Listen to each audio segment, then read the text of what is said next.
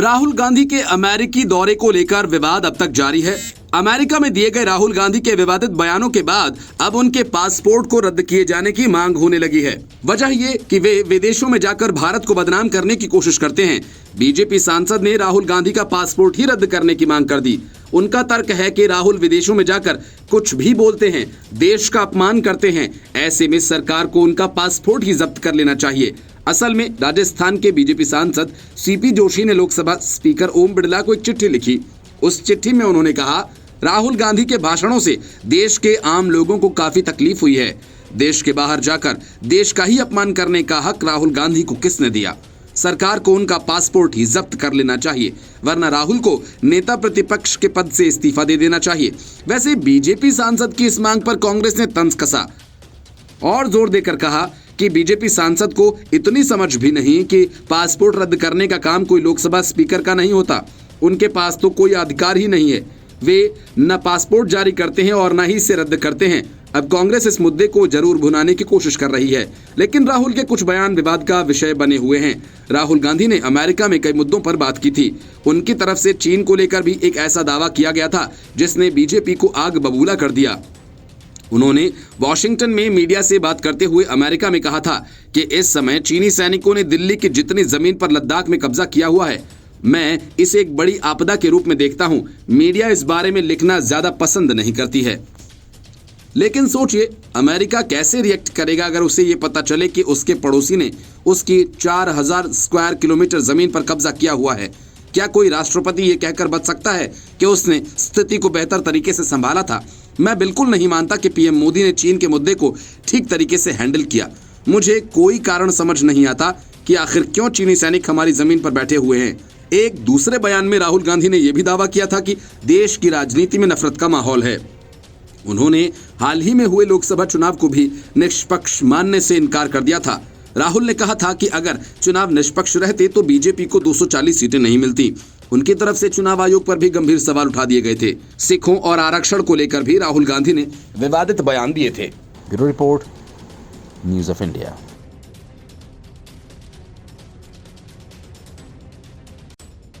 कुमारी शैलजा से राहुल गांधी ने बात भी कर ली और मौन व्रत धारण कर बैठी शैलजा ने बोलना भी शुरू कर दिया। वो मल्लिकार्जुन खड़गे से भी मिलाईं, लेकिन भूपेंद्र हुड्डा को लेकर उनके तेवर अभी नर्म नहीं हुए हैं और हुड्डा समर्थक उम्मीदवारों को लेकर वो अब तक सख्त हैं। वे चुनाव प्रचार भी करेंगी, लेकिन अपने समर्थक उम्मीदवारों के लिए, उनके लिए नहीं जिनको हुड्डा के कहने पर टिकट दिया गया। मतलब कि 90 में से 72 उम्मीदवारों के लिए कुमारी शैलजा प्रचार नहीं करेंगी और इसी वजह से दलित नेता कुमारी शैलजा के अपमान को भाजपा और बसपा जैसे दलों ने मुद्दा बना लिया है। कुमारी शैलजा खुद को सीएम पद का दावेदार मानती हैं और विधानसभा चुनाव लड़ना चाहती थीं। वो उकलाना सीट से टिकट मांग रही थीं, लेकिन पार्टी ने उन्हें मौका देने से इनकार कर दिया। यही नहीं, यहाँ से टिकट भी उनके किसी करीबी के बजाय सीधा हुड्डा खेमे के नेता नरेश सेलवल को दे दी गई। इससे कुमारी शैलजा नाराज थीं और अब तक प्रचार में ही नहीं निकली। इस बीच जब भाजपा और बसपा ने कुमारी शैलजा की नाराजगी को मुद्दा बनाया और अपमान के आरोप लगाए, तो कांग्रेस को दलितों के वोट की चिंता सताने लगी। कांग्रेस सूत्रों का कहना है कि कुमारी शैलजा से सीधे राहुल गांधी ने ही बात की है। इसके बाद से कुमारी शैलजा का रुख बदला है। अब खबर है कि वो गुरुवार से प्रचार पर निकलेंगी और सीधे राहुल गांधी के साथ मंच साझा करेंगी। राहुल गांधी की करनाल की असंध सीट पर एक रैली होने वाली है और इस सीट से शैलजा खेमे के शमशेर सिंह गोगी चुनाव में उतरे हैं और उनके लिए राहुल गांधी प्रचार में आ रहे हैं। इसके अलावा कुमारी शैलजा टोहाना से कैंडिडेट परमवीर सिंह के लिए भी प्रचार करेंगी और हिसार में राम निवास रारा के लिए भी प्रचार में उतरेंगी। इस तरह से वो अपने समर्थकों के लिए प्रचार करेंगी। लेकिन अहम बात यह है कि कैंपेन की शुरुआत वो राहुल गांधी के साथ रैली से करेंगी। इससे उन्होंने संकेत दिया कि हाईकमान उनके साथ है और उनका दबाव भी रंग दिखा रहा है। भाजपा और बसपा सुप्रीमो मायावती ने कहा था कि कांग्रेस ने कुमारी शैलजा का अपमान किया है। एक दलित नेता को कांग्रेस ने महत्व नहीं दिया। ये मामला तब और बिगड़ा जब नारनौद में हुड्डा खेमे के एक नेता ने उन्हें लेकर विवादित और जातिवादी टिप्पणी कर दी। इस पर भी जब शैलजा से पूछा गया कि आप लोग ही देखिए कि जिन लोगों को टिकट मिले हैं वे कैसे हैं, उन्होंने कहा कि मेरा संघर्ष सिर्फ अपने लिए नहीं है बल्कि हरियाणा की 36 बिरादरी के लिए है। हरियाणा में कुमारी शैलजा के बाद अब बंगाल के कद्दावर नेता अधीर रंजन चौधरी नाराज होकर बैठ गए हैं। बंगाल कांग्रेस के अध्यक्ष पद से हटाए जाने के बाद से ही अधीर साइलेंट हैं। वहीं दूसरी तरफ नाराजगी की खबरों के बीच अधीर के बीजेपी में जाने की भी चर्चा है। बंगाल की सियासत जोर पकड़ रही है और कहा जा रहा है कि 40 साल पुराने कांग्रेसी अधीर बहुत जल्द पाला भी बदल सकते हैं। अधीर रंजन चौधरी ने खुलकर नाराजगी जाहिर नहीं की, लेकिन बंगाल में कांग्रेस के नए अध्यक्ष की नियुक्ति के बाद से ही उनके नाराज होने की बात कही जा रही है। नए अध्यक्ष शुभांकर सरकार जब 23 सितंबर को कोलकाता स्थित कांग्रेस मुख्यालय पहुंचे तब अधीर नदारद रहे। आमतौर पर ऐसे मौकों पर पुराने अध्यक्ष नए अध्यक्ष का स्वागत करते नजर आते हैं। इतना ही नहीं, अधीर ने शुभांकर को अध्यक्ष नियुक्त होने पर सार्वजनिक तौर पर बधाई तक नहीं दी। अधीर की नाराजगी को हवा इसलिए भी मिल रही है क्योंकि हाल ही में जब उन्हें हटाने की कवायद शुरू हुई तो उस वक्त उन्होंने कांग्रेस अध्यक्ष मल्लिकार्जुन खड़गे पर निशाना साधा था। अधीर ने कहा था कि खड़गे अगर बीच चुनाव में मेरे खिलाफ बयान न देते तो बंगाल का रिजल्ट कुछ और होता। दरअसल अधीर के नेतृत्व में कांग्रेस बंगाल में ममता सरकार के खिलाफ मोर्चा खोले हुए थी और इस बीच खड़गे ने ममता को साथ लेकर चलने की बात कही।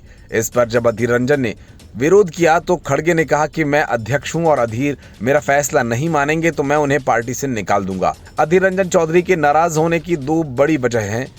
पहली वजह अध्यक्ष पद से हटाना और अधीर और उनके समर्थकों का मानना है कि बंगाल में उन्हें खुलकर काम नहीं करने दिया गया और जब परिणाम आया तो हाईकमान की तरफ से उन पर पद छोड़ने का दबाव बनाया गया। दूसरी वजह अधीर के करीबी नेताओं को अध्यक्ष की कुर्सी नहीं देना है। अधीर अपने किसी करीबी को बंगाल कांग्रेस अध्यक्ष पद पर बैठाना चाहते थे, लेकिन पार्टी ने राष्ट्रीय सचिव शुभांकर सरकार को कोलकाता भेज दिया। अधीर की नाराजगी की एक वजह ममता बनर्जी पर हाईकमान का स्टैंड भी है। अधीर ममता के मुखर विरोधी हैं, लेकिन कांग्रेस हाईकमान ममता के पक्ष में बयान देता रहा है। सवाल यही है कि अधीर रंजन चौधरी अगर नाराज हैं तो क्या कांग्रेस छोड़ सकते हैं? इस सवाल के उठने की एक और वजह है कि हाल ही में तृणमूल कांग्रेस के प्रवक्ता कुणाल घोष ने दावा किया था कि कांग्रेस की अध्यक्ष जाने के बाद अधीर रंजन चौधरी बीजेपी में शामिल हो सकते हैं। इसलिए अधीर से जुड़े करीबियों का कहना है कि फिलहाल इसकी संभावनाएं नहीं है। अधीर रंजन चौधरी अभी कांग्रेस में कार्य समिति के सदस्य हैं। कांग्रेस कार्य समिति नीतिगत फैसले करती है और इसे पार्टी में सर्वोच्च इकाई माना जाता है। अधीर ने कहा कि वे ममता बनर्जी के खिलाफ मोर्चा खोलना जारी रखेंगे। अधीर के मुताबिक पार्टी ने अभी तक ऐसी कोई गाइडलाइन जारी नहीं की है जिसमें ममता के खिलाफ बोलने पर मनाही हो। सूत्रों के मुताबिक अधीर पर कांग्रेस की तरफ से अगर आगे की कार्रवाई होनी होती है तो वे बड़ा फैसला ले सकते हैं। लोकसभा में कांग्रेस के नेता रहे अधीर रंजन चौधरी मुर्शिदाबाद के ब्रह्मपुर से सांसद रह चुके हैं। नक्सली आंदोलन से राजनीति में आए अधीर ने 1996 में पहला चुनाव जीता था। तब से वे 2019 तक लगातार चुनाव जीते रहे।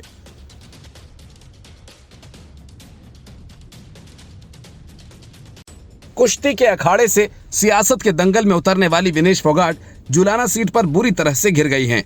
चुनाव जीतना तो दूर, उनके लिए दूसरे नंबर पर बने रहना भी मुश्किल साबित हो रहा है। माना जा रहा है काफी धूम धड़ाके के साथ सियासत की पिच पर कदम रखने वाली विनेश फोगाट सियासत की पहली ही बाजी हारने वाली हैं। वजह ये कि इस सीट पर जीत के लिए कांग्रेस के अलावा बीजेपी, आम आदमी पार्टी, इनेलो, बसपा और जेजेपी ने भी पूरा जोर लगाया हुआ है। ऐसे में जुलाना सीट के नतीजे पर देश भर के राजनीतिक विश्लेषकों की पैनी निगाह है। जब विनेश फोगाट 100 ग्राम वजन ज्यादा होने की वजह से ओलंपिक से बाहर कर दी गई तो उनके पक्ष में सहानुभूति की लहर देखने को मिली थी। इसके बाद शायद कांग्रेस नेतृत्व को ऐसा लगा कि विनेश फोगाट को चुनावी मैदान में उतारकर सियासी बढ़त ली जा सके, इसलिए पार्टी ने विनेश फोगाट को जींद जिले की जुलाना सीट से चुनाव लड़वा दिया। माना यह जा रहा था कि जुलाना सीट पर विनेश फोगाट की लोकप्रियता की वजह से कांग्रेस के लिए चुनावी मुकाबला आसान रहेगा, लेकिन चुनाव प्रचार को देखें तो ऐसा लगता है कि यहाँ जोरदार मुकाबला है। विनेश फोगाट के सामने जुलाना में कई चुनौतियां हैं। इसमें पहली चुनौती जुलाना में कांग्रेस की लगातार हार के चक्र को तोड़ना है। कांग्रेस पिछले 3 विधानसभा चुनाव से यहाँ लगातार हार रही है। विनेश फोगाट के सामने दूसरी बड़ी चुनौती प्रमुख उम्मीदवारों का जाट समुदाय से होना है। विनेश फोगाट के अलावा इनेलो बसपा के उम्मीदवार डॉक्टर सुरेंद्र लाठर, जेजेपी के उम्मीदवार और मौजूदा विधायक अमरजीत ढांडा और आम आदमी पार्टी की उम्मीदवार कविता दलाल भी जाट समुदाय से ही आते हैं।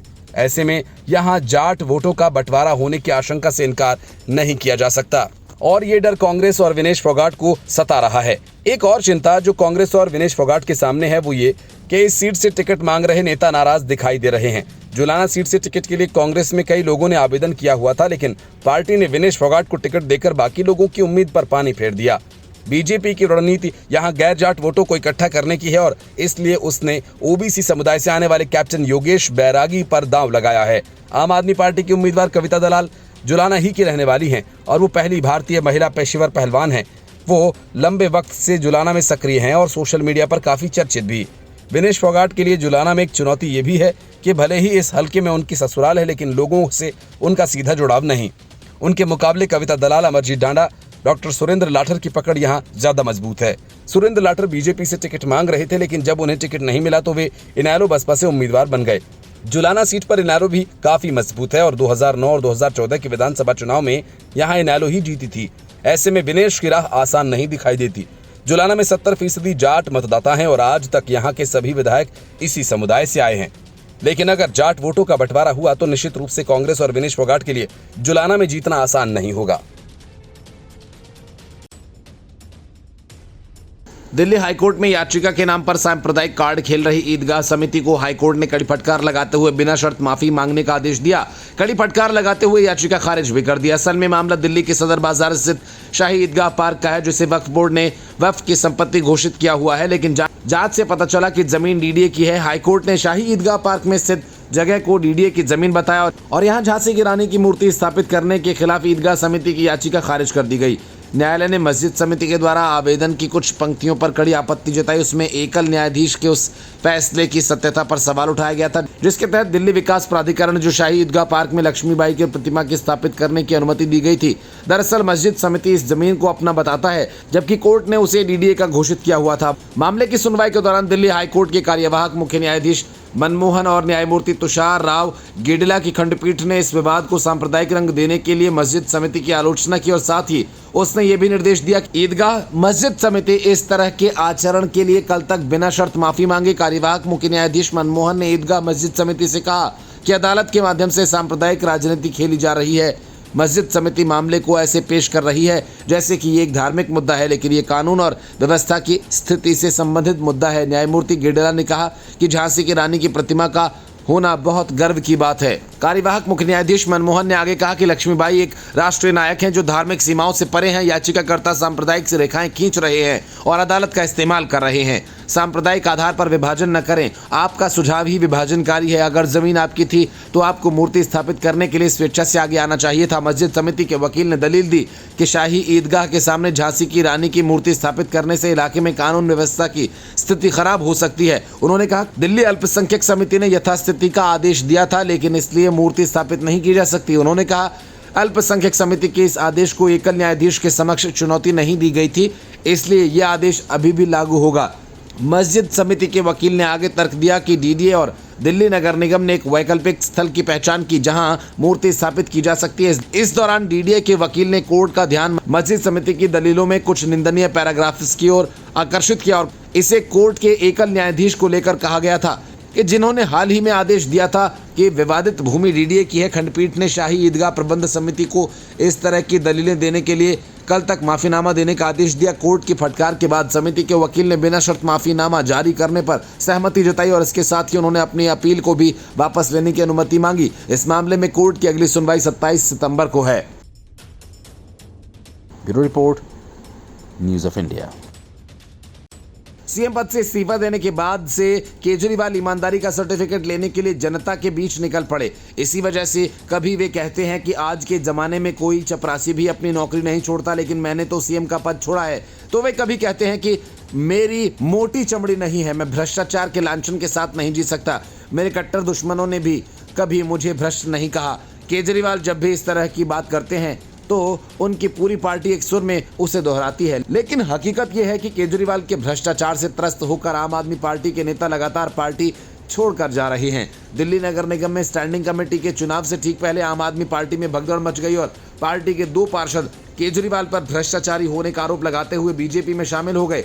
पार्षदों का इस्तीफा आम आदमी पार्टी के लिए एक बड़ा झटका माना जा रहा है, जिसका सीधा असर स्टैंडिंग कमेटी के चुनाव पर भी पड़ सकता है। दरअसल गुरुवार को एमसीडी में सबसे महत्वपूर्ण माने जाने वाले स्टैंडिंग कमेटी के चुनाव होने हैं और उससे पहले आम आदमी पार्टी की पार्षद सरिता फोगाट और प्रीति ने बीजेपी से हाथ मिला लिया। प्रीति वार्ड 217 से पार्षद हैं, जबकि सरिता 150 से।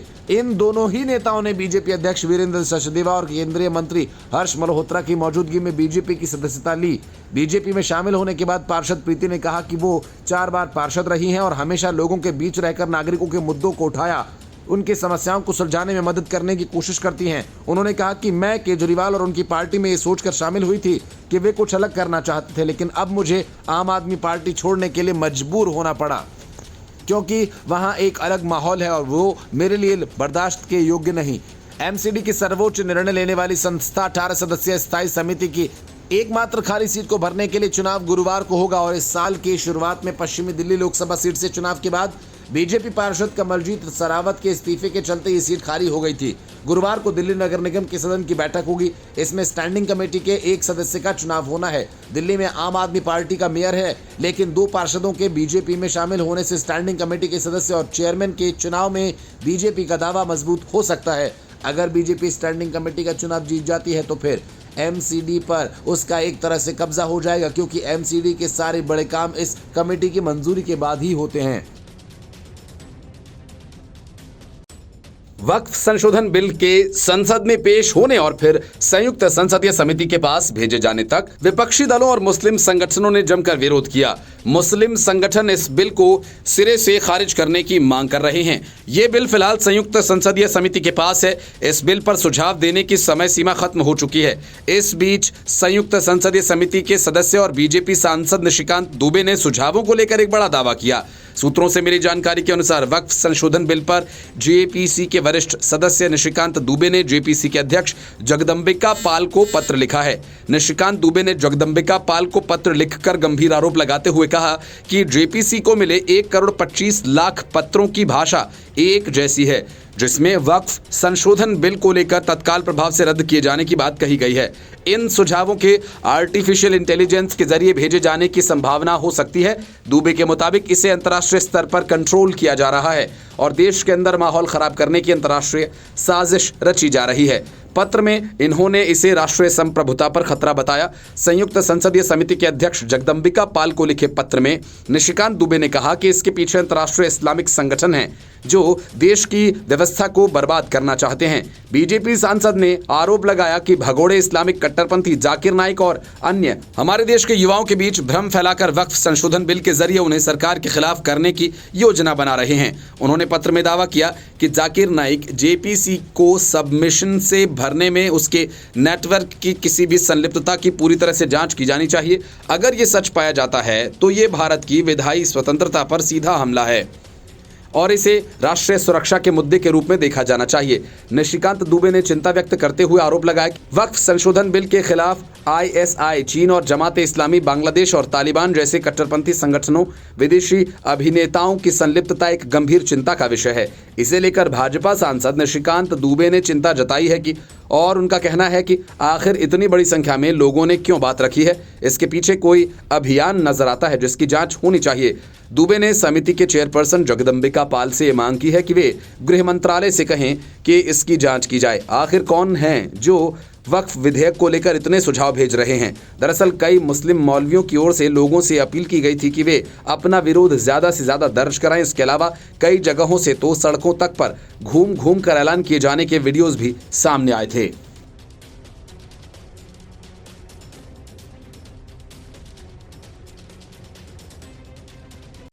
कर्नाटक ठीक उसी राह पर है जिस राह पर मुसाफिर अरविंद केजरीवाल रहे।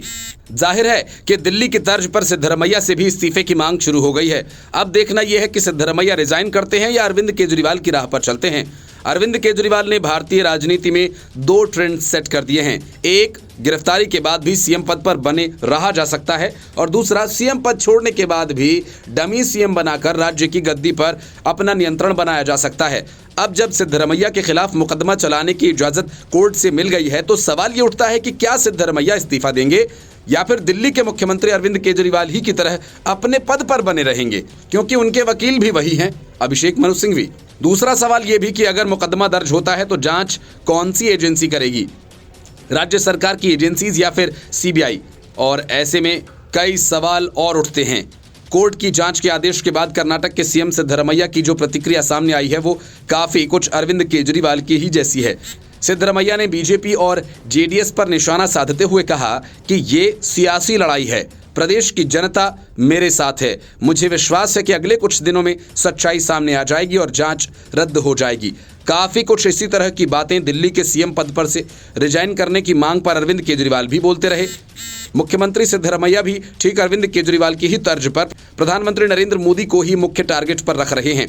सिद्धरमैया कहते हैं कि ये नरेंद्र मोदी के नेतृत्व वाली बीजेपी सरकार की बदले की राजनीति के खिलाफ लड़ाई है।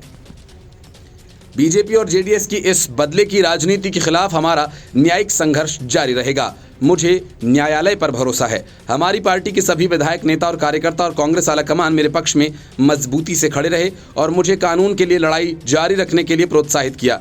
सिद्धरमैया न्यायालय के आदेश के कानूनी धाराओं की व्याख्या अपने हिसाब से कर रहे हैं। उनका यह कहना है कि धारा 218 के तहत राज्यपाल द्वारा जारी आदेश को सिरे से खारिज कर दिया। न्यायाधीशों ने खुद को राज्यपाल के आदेश की धारा 17 तक ही सीमित रखा। मैं विशेषज्ञों से परामर्श करूंगा कि क्या कानून के तहत ऐसी जांच की अनुमति है या नहीं। जाहिर है कि उन्हें नैतिक रूप से इस्तीफा नहीं देना है। हालांकि भारतीय जनता पार्टी की कर्नाटक इकाई ने सिद्धरमैया के इस्तीफे की मांग की है। भाजपा के प्रदेश अध्यक्ष BY विजयेंद्र ने कहा कि उच्च न्यायालय ने व्यवस्था दी है कि राज्यपाल की मंजूरी कानून के मुताबिक है। सिद्धरमैया कर्नाटक में अरविंद केजरीवाल की राह पकड़ेंगे तो यह तय है कि केंद्र की एजेंसीज भी अपना काम शुरू करेंगी। आर्थिक मामला भी शामिल है तो जाहिर है कि ईडी भी एक्टिव होगी। घोटाले का मामला है इसलिए जाहिर है कि सीबीआई भी जांच के लिए आगे आ ही जाएगी। तू डाल में पात की तर्ज पर राज्यपाल भी अपना काम दिल्ली के LG की तर्ज पर कर सकते हैं। पर एक बात ऐसी है जिसमें अरविंद केजरीवाल जैसी हिम्मत कर्नाटक के मुख्यमंत्री नहीं दिखा पाएंगे। दरअसल अरविंद केजरीवाल अपनी सरकार के ही नहीं अपनी पार्टी के भी मुखिया हैं, इसलिए उनकी पार्टी उनके पीछे दीवार बनकर खड़ी थी। पर यहाँ मामला अलग है। पार्टी के अंदर पहले से ही सीएम की कुर्सी की लड़ाई चल रही है। दूसरी बात यह भी कि सिद्धरमैया की अगर गिरफ्तारी होती है तो उनके लिए सीएम की कुर्सी बचाए रखना इसलिए भी मुश्किल हो सकता है क्योंकि कांग्रेस उन्हें अरविंद केजरीवाल की राह से अनैतिक रूप से सत्ता में बने नहीं रहने देगी।